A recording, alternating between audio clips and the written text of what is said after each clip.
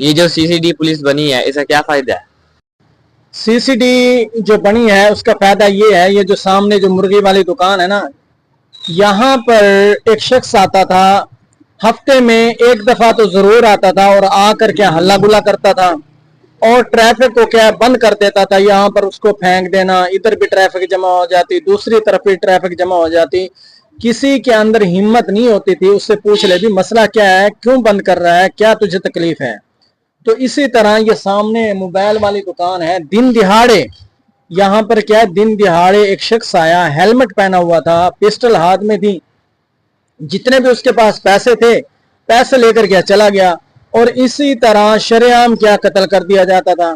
लेकिन जबकि सीसीडी बनी है ना, एक मर्तबा भी वो शख्स नहीं आया दोबारा कि जो यहाँ आकर हल्ला गुल्ला करता था।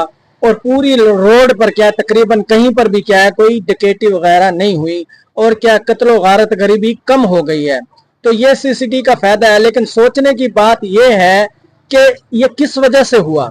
ये सिर्फ हुआ है कि वो सीसीडी ऑन द स्पॉट फैसला करती है और फिर क्या लोगों के अंदर खौफ पैदा हो गया कि ये तो क्या अगर हमने ऐसा किया तो ये सजा मिलेगी। तो शरी सजाएं जो हैं वो भी इसी तरह है कि शरी सजा जब मिलती है ना, लोगों को जमा करके दी जाती है, वो लोग जो कहते थे कि शरी सजाएं जो जालिम है, ये है वो है, उनका भी फायदा ये है कि जब सजा तहकीक के बाद दी जाती है लोगों को जमा करके, तो फिर क्या जराइम कम होते हैं। शरी सजाओं का भी ये फायदा है।